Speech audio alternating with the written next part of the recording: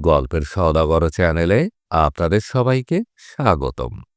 আজকে আমরা শুনব শরদিন্দু বন্দ্যোপাধ্যায়ের লেখা ব্যোমকেশ সিরিজের গল্প পথের কাঁটা, পর্ব ১। ব্যোমকেশ খবরের কাগজখানা সযত্নে পাঠ করিয়া টেবিলের একপাশে রাখিয়া দিল। তারপর হেলান দিয়ে বসিয়া অন্যমনস্কভাবে জানালার বাইরে তাকাইয়া রইল। বাইরে কুয়াশা বর্জিত ফাল্গুনের আকাশে সকালবেলার আলো ঝলমল করিতেছিল। বাড়ির তেতলার ঘর কয়টি লইয়া আমাদের বাসা। বসিবার ঘরটির গবাক্ষ পথে শহরের ও আকাশের একাংশ বেশ দেখা যায়। নিচে নবোদ্বুদ্ধ নগরীর কর্মকোলাহল আরম্ভ হইয়া গিয়াছে। হ্যারিসন রোডের ওপর গাড়ি, মোটর, ট্রামের ছুটোছুটি ও ব্যস্ততার অন্ত নাই। আকাশেও এই চাঞ্চল্য কিয়ৎ পরিমাণে প্রতিফলিত হইয়াছে। চড়াই পাখিগুলি অনাবশ্যক কিচিমিচি করিতে করিতে আকাশে উড়াইয়া বেড়াইতেছে। তাহাদের অনেক ঊর্ধ্বে একঝাঁক পায়রা কলকাতা শহরটাকে নিচে ফেলিয়া যেন সূর্যালোক পরিক্রমণ করিবার আশায় ঊর্ধ্ব হইতে আরও ঊর্ধ্বে উঠিতেছে। বেলা প্রায় ৮টা। প্রভাতী চা ও জলখাবার শেষ করিয়া আমরা দুজন অলসভাবে সংবাদপত্রের পৃষ্ঠা হইতে বহির্জগতের বার্তা গ্রহণ করিতেছিলাম। ব্যোমকেশ জানালার দিক হইতে চক্ষু ফিরাইয়া বলিল, কিছুদিন থেকে কাগজে একটা মজার বিজ্ঞাপন বেরুচ্ছে, লক্ষ্য করেছ? আমি বললাম, না, বিজ্ঞাপন আমি পড়ি না। ভ্রু তুলিয়া একটু বিস্মিতভাবে ব্যোমকেশ বলিল, বিজ্ঞাপন পড়ো না? তবে পড়ো কি? খবরের কাগজে সবাই যা পড়ে তাই পড়ি, খবর। অর্থাৎ মাঞ্চুরিয়ায় কার আঙ্গুল কেটে গিয়ে রক্তপাত হয়েছে আর ব্রাজিলে কার একসঙ্গে ৩টে ছেলে হয়েছে, এই পড়ো। ওসব পড়ে লাভ কি? সত্যিকারের খাঁটি খবর যদি পেতে চাও তাহলে বিজ্ঞাপন পড়ো। ব্যোমকেশ অদ্ভুত লোক, কিন্তু সে পরিচয় ক্রমশ প্রকাশ পাইবে। বাহির হইতে তাহাকে দেখিয়া বা তাহার কথা শুনিয়া একবারও মনে হয় না যে তাহার মধ্যে অসামান্য কিছু আছে। কিন্তু তাহাকে খোঁচা দিয়া প্রতিবাদ করিয়া একটু উত্তেজিত করিয়া দিতে পারিলে ভিতরকার মানুষটি কচ্ছপের মতো বাহির হইয়া আসে। সে স্বভাবত স্বল্পভাষী, কিন্তু ব্যঙ্গ বিদ্রুপ করিয়া একবার তাহাকে চটাইয়া দিতে পারিলে তাহার ছুরির মতো শানিত ঝকঝকে বুদ্ধি সংকোচ ও সংযমের পর্দা ছিঁড়িয়া বাহির হইয়া পড়ে। তখন তাহার কথাবার্তা সত্যই শুনবার মতো বস্তু হয়ে দাঁড়ায়। আমি খোঁচা দিবার লোভ সামলাইতে পারিলাম না, বলিলাম, ও তাই নাকি? কিন্তু খবরের কাগজওয়ালারা তাহলে ভারী শয়তান। সমস্ত কাগজখানা বিজ্ঞাপনে ভরে না দিয়ে কতগুলো বাজে খবর ছাপিয়ে পাতা নষ্ট করে। ব্যোমকেশের দৃষ্টি প্রখর হইয়া উঠিল। সে বলিল, তাদের দোষ নেই। তোমার মতো লোকের চিত্তবিনোদন না করতে পারলে বেচারাদের কাগজ বিক্রি হয় না, তাই বাধ্য হয়ে ওইসব খবর সৃষ্টি করতে হয়। আসল কাজের খবর থাকে কিন্তু বিজ্ঞাপনে। দেশের কথায় কি হচ্ছে, কে কি ফিকির বার করে দিনে দুপুরে ডাকাতি করছে, কে চোরাই মাল পাচার করবার নতুন ফন্দি আছে, এসব দরকারি খবর যদি পেতে চাও তো বিজ্ঞাপন করতে হবে। রয়টারের টেলিগ্রামে ওসব পাওয়া যায় না। আমি হাসিয়া বলিলাম, তা পাওয়া যায় না বটে, কিন্তু থাক, এবার থেকে না হয় বিজ্ঞাপনই পড়ব। কিন্তু তোমার মজার বিজ্ঞাপনটা কি শুনি। ব্যোমকেশ কাগজখানা আমার দিকে ছুড়িয়ে দিয়ে বলিল, পড়ে দেখো, দাগ দিয়ে রেখেছি। পাতা উল্টাইতে উল্টাইতে এক কোণে অতি ক্ষুদ্র ৩ লাইনের বিজ্ঞাপন দৃষ্টিগোচর হইল। লাল পেন্সিল দিয়া দাগ দেওয়া ছিল বলিয়াই চোখে পড়িল, নচেত খুঁজিয়া বাহির করিতে বিশেষ বেগ পাইতে হইত। পথের কাঁটা। যদি কেহ পথের কাঁটা দূর করিতে চান, শনিবার সন্ধ্যা 5:30টার সময় হোয়াইটওয়ে লেডলের দোকানের দক্ষিণ পশ্চিম কোণে ল্যাম্পপোস্টে হাত রাখিয়া দাঁড়াইয়া থাকিবেন। 2-3বার পড়িয়াও বিজ্ঞাপনের মাথামুন্ডু কিছুই বুঝিতে পারিলাম না। বিস্মিত হইয়া জিজ্ঞেস করিলাম, ল্যাম্পপোস্টে হাত রেখে মোড়ের মাথায় দাঁড়ালেই পথের কাঁটা দূর হয়ে যাবে, এ বিজ্ঞাপনের মানে কি? আর পথের কাঁটাই বা কি বস্তু? ব্যোমকেশ বলিল, সেটা এখনো আবিষ্কার করতে পারেনি। বিজ্ঞাপনটা 3 মাস ধরে ফির শুক্রবার বের হচ্ছে, পুরানো কাগজ ঘাটলেই দেখতে পাবে। আমি বলিলাম, কিন্তু এ বিজ্ঞাপনের সার্থকতা কি? কোনো একটা উদ্দেশ্য নিয়েই তো লোকে বিজ্ঞাপন দিয়ে থাকে, এর তো কোনো মানেই হয় না। ব্যোমকেশ বলিল, আপাতত কোনো উদ্দেশ্য দৃষ্টিগোচর হচ্ছে না বটে, কিন্তু তাই বলে উদ্দেশ্য নেই বলা চলে না। অকারণে কেউ গাটের কড়ি খরচ করে বিজ্ঞাপন দেয় না। লেখাটা পড়লে একটা জিনিস সর্বাগ্রে দৃষ্টি আকর্ষণ করে কি, যে ব্যক্তি বিজ্ঞাপন দিয়েছে তার আত্মগোপন করবার চেষ্টা। প্রথমত দেখো, বিজ্ঞাপনে কোনো নাম নেই। অনেক সময় বিজ্ঞাপনের নাম থাকে না বটে, কিন্তু খবরের কাগজের অফিসে খোঁজ নিলে নামধাম জানতে পারা যায়। সেরকম বিজ্ঞাপনে বক্স নম্বর দেওয়া থাকে, এতে তা নেই। তারপর দেখো, যে লোক বিজ্ঞাপন দেয় সে সাধারণ কোনো একটা কারবার চালাতে চায়, এক্ষেত্রেও তার ব্যতিক্রম হয়নি। কিন্তু মজা এই যে লোকটি নিজে অদৃশ্য থেকে কারবার চালাতে চায়। বুঝতে পারলুম না। আচ্ছা, বুঝিয়ে বলছি, শোনো। যিনি এই বিজ্ঞাপন দিচ্ছেন তিনি জনসাধারণকে ডেকে বলছে, ওহে, তোমরা যদি পথের কাঁটা দূর করতে চাও তো অমুক সময় অমুক স্থানে দাঁড়িয়ে থেকো, এমনভাবে দাঁড়িয়ে থেকো যাতে আমি তোমাকে চিনতে পারি। পথের কাঁটা কি পদার্থ সে তর্ক এখন দরকার নেই, কিন্তু মনে করো তুমি ওই জিনিসটা চাও, তোমার কর্তব্য কি? নির্দিষ্ট স্থানে গিয়ে ল্যাম্পপোস্ট ধরে দাঁড়িয়ে থাকা। মনে করো তুমি যথাসময় সেখানে গিয়ে দাঁড়িয়ে রইলে, তারপর কি হলো? কি হলো? শনিবার বেলা 5টার সময় ওই জায়গায় কিরকম লোক সমাগম হয় সেটা বোধহয় তোমাকে বলে দিতে হবে না। এদিকে হোয়াইটওয়ে লেডল, ওদিকে নিউ মার্কেট, চারদিকে গোটা 5-6 সিনেমা হাউস।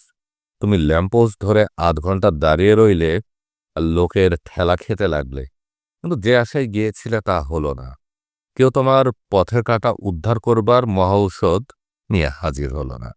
তুমি বিরক্ত হয়ে চলে এলে, ভাবলে ব্যাপারটা গোড়া ভুয়া। তারপর হঠাৎ পকেটে হাত দিয়ে দেখলে একখানি চিঠি কে ভিড়ের মধ্যে তোমার পকেটে ফেলে গেছে। তারপর তারপর আর কি, চোরে কামারে দেখা হলো না, অথচ শীতকাঠির তৈরি হবার বন্দোবস্ত হয়ে গেল। বিজ্ঞাপন দাতার সঙ্গে তোমার লেনদেনের সম্বন্ধ স্থাপিত হলো, অথচ তিনি কে, কিরকম চেহারা, তুই কিছুই জানতে পারলে না।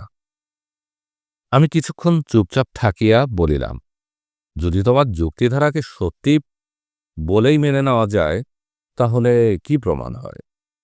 এই প্রমাণ হয় যে পথের কাঁটার সওদাগরটি নিজে অত্যন্ত সংগোপনে রাখতে চান এবং নিজের পরিচয় দিতে এত সকুঞ্চিত।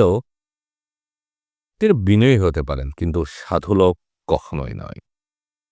আমি মাথা নাড়িয়া বলিলাম, এ তো আমার অনুমান মাত্র, একে প্রমাণ বলতে পারো না। ব্যোমকেশ উঠিয়া ঘরে পায়চারি করিতে করিতে কহিল, আরে, অনুমানই তো আসল প্রমাণ। যাকে তোমরা প্রত্যক্ষ প্রমাণ বলে থাকো তাকে বিশ্লেষণ করলে কতগুলো অনুমান বই আর কিছুই থাকে না। আইনে যে সার্কামস্ট্যান্সিয়াল এভিডেন্স বলে একটা প্রমাণ আছে, সেটা কি? অনুমান ছাড়া আর কিছুই নয়। অথচ তারই জোরে কত লোক যাবজ্জীবন পুলিপোলাও চলে যাচ্ছে। আমি চুপ করে রহিয়া কহিলাম, মন হইতে সায় দিতে পারিলাম না।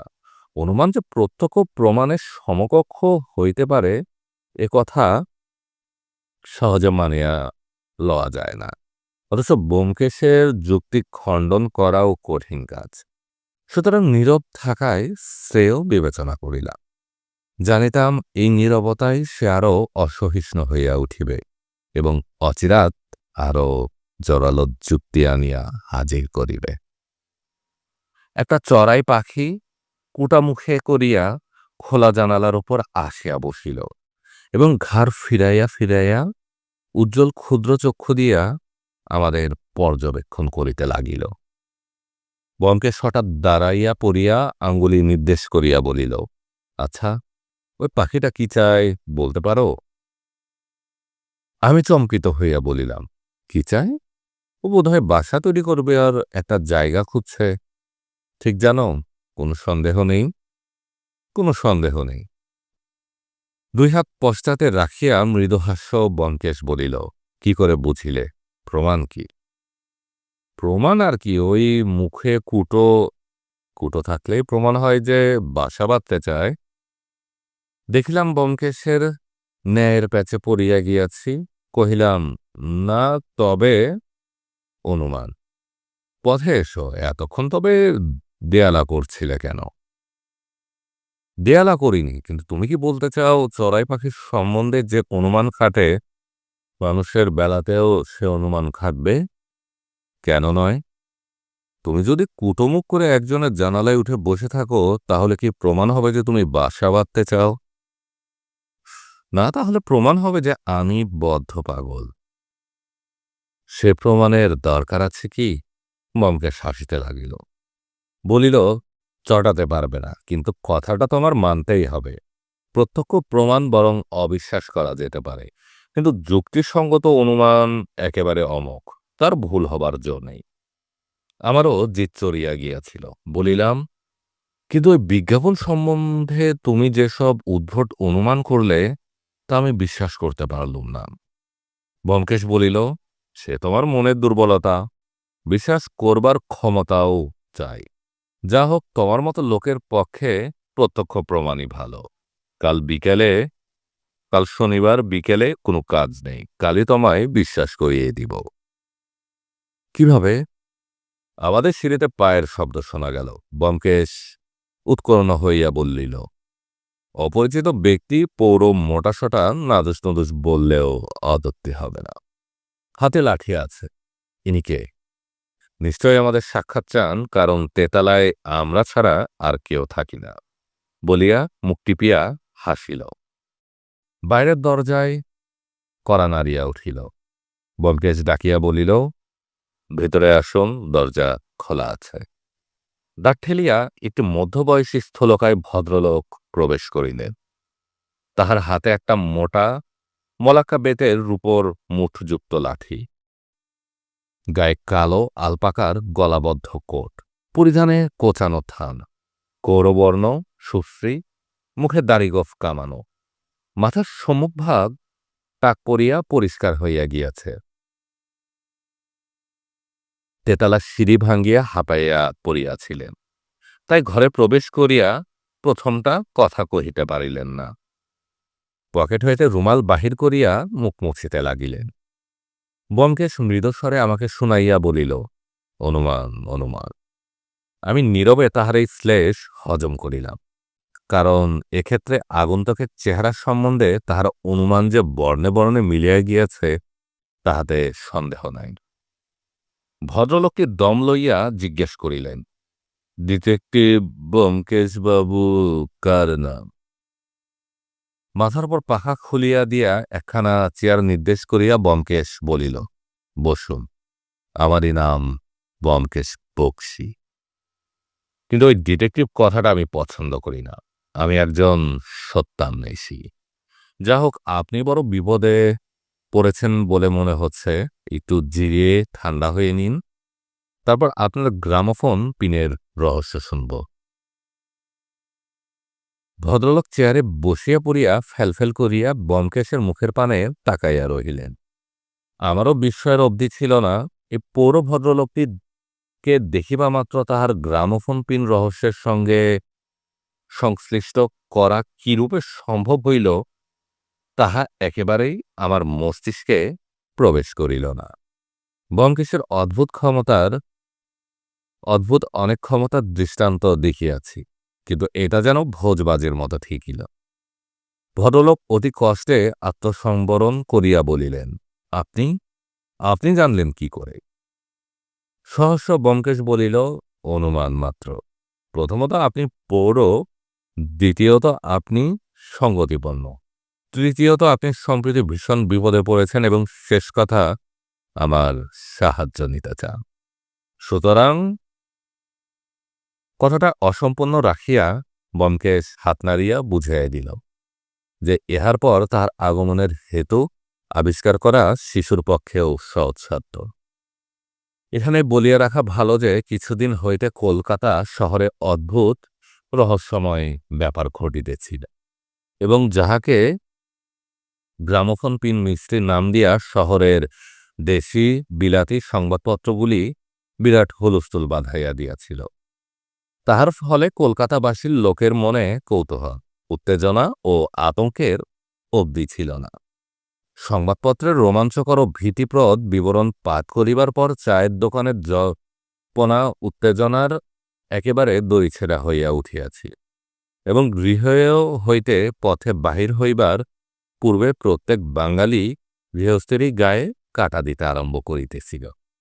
ব্যাপারটা এই মাস দেড়েক পূর্বে সুকিয়া স্ট্রিট নিবাসী জয়হরি সান্যাল নামক জৈনক পৌর গতকাল প্রাতকালে কর্নওয়ালিস স্ট্রিট দিয়া পদব্রজে যাইতেছিলেন। রাস্তা পার হইয়া অন্য ফুটপাতে যাইবার জন্য যেমনই পথে নামিয়াছেন, অমনি হঠাৎ মুখ থুবড়িয়া পড়িয়া গেল। সকালবেলা রাস্তায় লোকজনের অভাব ছিল না। সকলে মিলিয়া তাহাকে ধরাধরি করিয়া তুলিয়া আনিবার পর দেখিল তাহার দেহে প্রাণ নাই। হঠাৎ কিসে মৃত্যু হইল অনুসন্ধান করিতে গিয়া চোখে পড়িল যে তাহার বুকের পুর এক বিন্দু রক্ত লাগিয়া আছে, আর অন্য কোথাও আঘাতের কোনো চিহ্ন নাই। পুলিশ অপমৃত্যুর সন্দেহ করিয়া লাশ হাসপাতালে পাঠাইয়া দিল। সেখানে মরণোত্তর পরীক্ষায় ডাক্তার এক অদ্ভুত রিপোর্ট দিলেন। তিনি লিখিলেন মৃত্যুর কারণ হৃৎপিণ্ডের মধ্যে একটি গ্রামোফোনের পিন বিঁধিয়া আছে। কেমন করিয়া এই পিন হৃৎপিণ্ডের মধ্যে প্রবেশ করিল তাহার কৈফতে বিশেষজ্ঞ অস্ত্রচিকিৎসক লিখিলেন, বন্দুক অথবা ওই জাতীয় কোনো যন্ত্র দ্বারা নিক্ষিপ্ত এই পিন মৃতের সম্মুখ দিক হইতে বক্ষের চর্ম ও মাংস ভেদ করিয়া মর্মস্থানে প্রবেশ করিয়াছে, এবং মৃত্যুও প্রায় সঙ্গে সঙ্গে হইয়াছে। এ ঘটনা লইয়া সংবাদপত্রে বেশ একটু আন্দোলন হইল, এবং মৃত ব্যক্তির একটি সংক্ষিপ্ত জীবনচরিতও বাহির হইয়া গেল। ইহা হত্যাকাণ্ড কিনা যদি তাই হয়, তবে কিরূপে ইহা সংঘটিত হইল তাহা লইয়া অনেক গবেষণা প্রকাশিত হইল, কিন্তু একটা কথা কেহই পরিষ্কার করিয়া বলিতে পারিলেন না, এই হত্যার উদ্দেশ্য কি, এবং যে হত্যা করিয়াছে তাহার ইহাতে কি স্বার্থ। সরকারের পুলিশ যে ইহার তদন্তভার গ্রহণ করিয়াছেন তাহাও কাগজে প্রকাশ পাইল। চায়ের দোকানের কাজীরা ফতোয়া দিলেন, ও কিছু নয়, লোকটা হাত ফেল করিয়াছিলেন। কিন্তু উপস্থিত ভালো সংবাদের দুর্ভিক্ষ ঘটায় কাগজওয়ালারা এই নতুন ফন্দি বাহির করিয়া তিলকে তাল করিয়া তুলিয়াছে। ইহার দিন আসতে পরে শহরের সকল সংবাদপত্রে 1.5 ইঞ্চি টাইপে যে সংবাদ বাহির হইল তাহাতে কলিকাতার ভদ্র বাঙালির সম্প্রদায় উত্তেজনায় খাড়া হইয়া উঠিয়া বসিলেন। চায়ের বৈঠকের ত্রিকালজ্ঞ ঋষিদের তৃতীয় নয়ন একেবারে বিস্ফোরিত হইয়া গেল। এত প্রকার গুজব আন্দাজ ও জনশ্রুতি জন্মগ্রহণ করিল যে বর্ষাকালে ব্যাঙের ছাতা বোধ করি এত জন্মায় না। দৈনিক কালকেতু লিখিল, আবার গ্রামোফোন পিন, অদ্ভুত রোমাঞ্চকর রহস্য, কলিকাতার পথঘাট নিরাপদ নয়। কালকেতুর পাঠকগণ জানেন, কয়েকদিন পূর্বে জয়হরি সান্যাল পথ দিয়ে যাইতে যাইতে হঠাৎ পড়িয়া গিয়া মৃত্যুমুখে পতিত হন। পরীক্ষায় তার হৃৎপিণ্ড হইতে একটি গ্রামোফোন পিন বাহির হয় এবং ডাক্তার উহাই মৃত্যুর কারণ বলিয়া নির্দেশ করেন। আমরা তখনই সন্দেহ করিয়াছিলাম যে ইহা সাধারণ ব্যাপার নয়, ইহার ভিতরে একটা ভীষণ ভীষণ ষড়যন্ত্র লুকায়িত আছে। আমাদের সেই সন্দেহ সত্য পরিণত হইয়াছে। গতকালও অনুরূপ আরেকটি লোমহর্ষক ব্যাপার ঘটিয়াছে। কলিকাতার বিখ্যাত ধনী ব্যবসায়ী কৈলাসচন্দ্র মৌলিক কল্ল অপরাহ্নে প্রায় 5:30টার ঘটিকার সময় মোটরে চড়িয়া গড়ের মাঠের দিকে বেড়াইতে গিয়াছিলেন। রেড রোডের কাছে গিয়া তিনি মোটর থামাইয়া পদব্রজে বেড়াইবার জন্য যেই গাড়ি হইতে অবতরণ করিয়া কিছুদূর গিয়াছেন, অমনি উহ শব্দ করিয়া মাটিতে পড়িয়া গেলে। তাহার সোফার ও রাস্তার অন্যান্য লোক মিলাইয়া তাড়াতাড়ি তাহাকে আবার গাড়িতে তুলিল, কিন্তু তিনি আর তখন জীবিত নাই। এই আকস্মিক দুর্ঘটনায় সকলেই অতবুদ্ধি হইয়া পড়িয়াছিল। কিন্তু সৌভাগ্যক্রমে অল্পকাল মধ্যেই পুলিশ আসিয়া পড়িল। কৈলাসবাবুর গায়ে সিল্কের পাঞ্জাবি ছিল।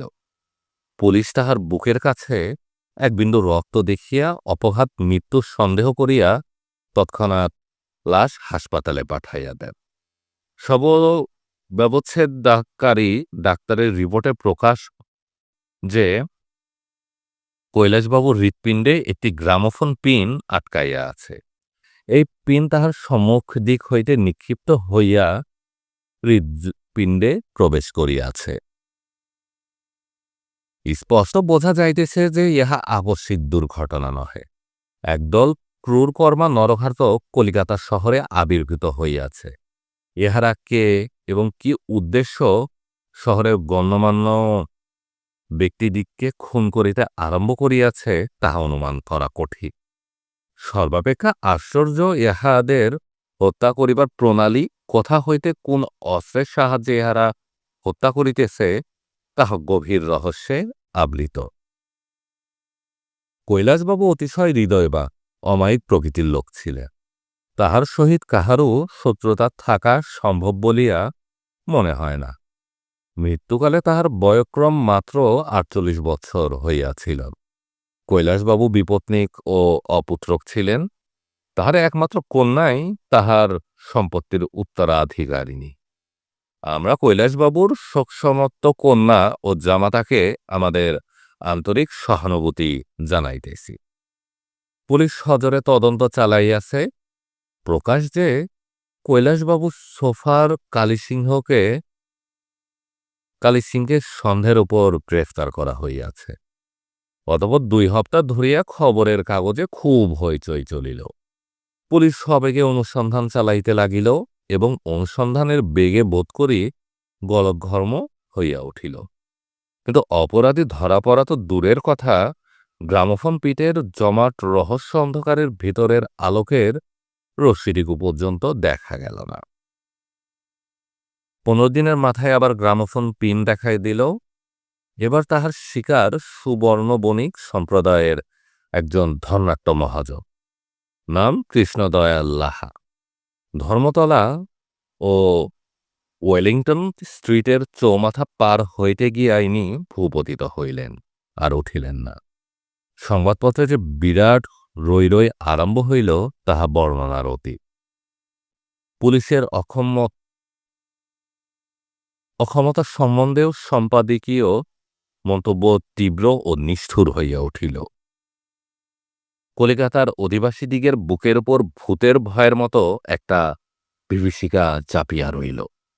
বৈঠকখানায়, চায়ের দোকানে, রেস্তোরাঁ ও ড্রয়িং রুমে অন্য সকল প্রকার আলোচনা একেবারে বন্ধ হইয়া গেল। তারপর দ্রুত অনুক্রমে আরো 2টি অনুরূপ খুন হইয়া গেল। কলিকাতা শহর বিহ্বল পক্ষঘাতের মতো অসহায়ভাবে পড়িয়া রইল। এ অচিন্তনীয় বিপদপাতে কি করিবে, কেমন করিয়া আত্মরক্ষা করিবে কিছুই যেন ভাবিয়া পাইল না। বলা বাহুল্য, ব্যোমকেশ এই ব্যাপারে গভীরভাবে আকৃষ্ট হইয়াছিল। চোর ধরা তাহার পেশা এবং এই কাজে সে বেশিতর নামও কামিয়েছে। ডিটেকটিভ শব্দটার প্রতি তাহার যতই বিরাগ থাক, বস্তুত সে একজন বেসরকারি ডিটেকটিভ ভিন্ন আর কিছুই নয়। তাহা সে মনে মনে ভালো রকমই জানিত। তাই এ অভিনব হত্যাকাণ্ড তার সমস্ত মানসিক শক্তিকে উদ্দীপ্ত করিয়া তুলিয়াছিল। ইতিমধ্যে বিভিন্ন অকস্থানগুলি আমরা দুজনে মিলিয়া দেখিয়াও আসিয়াছিলাম। ইহার ফলে ব্যোমকেশ কোনো নতুন জ্ঞান লাভ করিয়াছিল কিনা জানি না। করিয়া থাকিলেও আমাকে কিছু বলে নাই। কিন্তু গ্রামোফোন পিন সম্বন্ধে সে যেখানে যতটুকু সংবাদ পাইত তাহাই সযত্নে নোটবুকে টুকিয়া রাখিত। বোধহয় তাহার মনে মনে ভরসা ছিল যে একদিন এই রহস্যের একটা ছিন্ন সূত্র তার হাতে এসিয়া পড়িবে।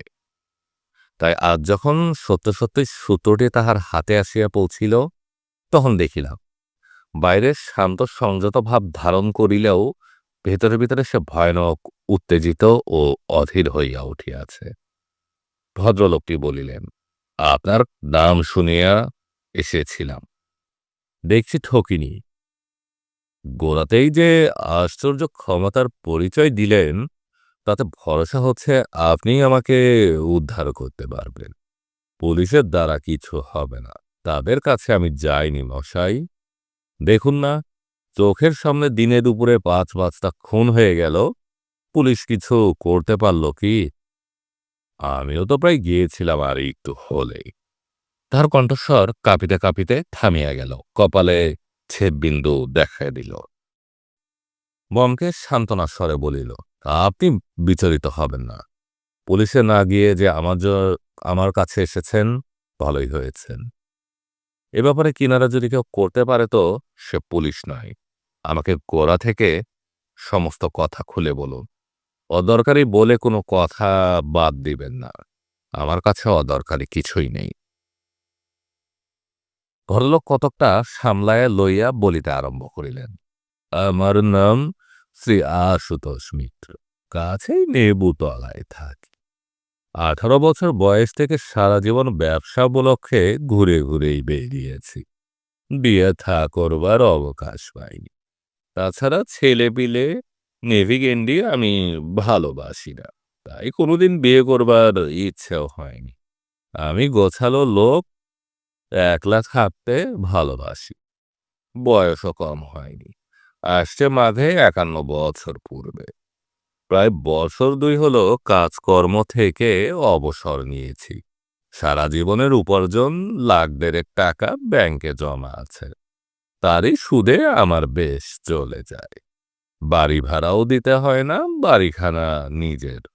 সামান্য গান বাজনার শখ আছে, তাই নিয়ে বেশ নির্ঝঞ্ঝাটে দিনগুলো কেটে যাচ্ছিল। ব্যোমকেশ জিজ্ঞাসা করিল, অবশ্য পোষ্য কেউ আছে? আশুবাবু মাথা নাড়িয়া বলিলেন, না, আত্মীয় বলতে বড় কেউ নেই, তাই হাঙ্গামা পোহাতে হয় না। শুধু একটা লক্ষ্মী ছাড়া বখাটে ভাইপো আছে। সেই মাঝে মাঝে টাকার জন্য জ্বালাতন করতে আসতো, কিন্তু সে ছাড়া একেবারে বেহেড মাতাল আর জুয়ারি। ওরকম লোক আমি বরদাস্ত করতে পারি না মশাই, তাই তাকে আর বাড়িতে ঢুকতে দেই না। ব্যোমকেশ প্রশ্ন করল, ভাইপোটি কোথায় থাকেন? আশুবাবু বেশ একটু পরিতৃপ্তির সহিত বললেন, আপাতত শ্রীঘরে। রাস্তায় মাতলামি করার জন্য এবং পুলিশের সঙ্গে মারামারি করার অপরাধে 2 মাস জেল হয়েছে। তারপর বলে যা, বিনোদ ছড়া আমার গুণধর ভাইপো চলে যাবার বেশ কদিন আরামে ছিলাম মশাই, কোনো হাঙ্গামা ছিল না। কিন্তু বন্ধু বান্ধব আমার কেউ নেই, কিন্তু জেনে শুনে কোনোদিন কারো কোনো অনিষ্ট করিনি। সুতরাং আমার যে শত্রু আছে এ কথা ভাবতেও পারিনি। কিন্তু হঠাৎ কাল বিনা মেঘে বজ্রপাত হলো, এমন ব্যাপার যে ঘটতে পারে এ আমার কল্পনার অতীত। গ্রামোফোন পিন রহস্যের কথা কাগজে পড়েছি বটে, কিন্তু ও আমার বিশ্বাস হতো না। ভাবতাম সব গাঁজাখুরি, কিন্তু সে ভুল আমার ভেঙে গেছে। কাল সন্ধ্যাবেলা আমি অভ্যাস মতো বেড়াতে গিয়েছিলাম, রোজই যাই। আপনারা শুনছিলেন শরদিন্দু বন্দ্যোপাধ্যায়ের ব্যোমকেশ সিরিজের পথের কাঁটা পর্ব 1।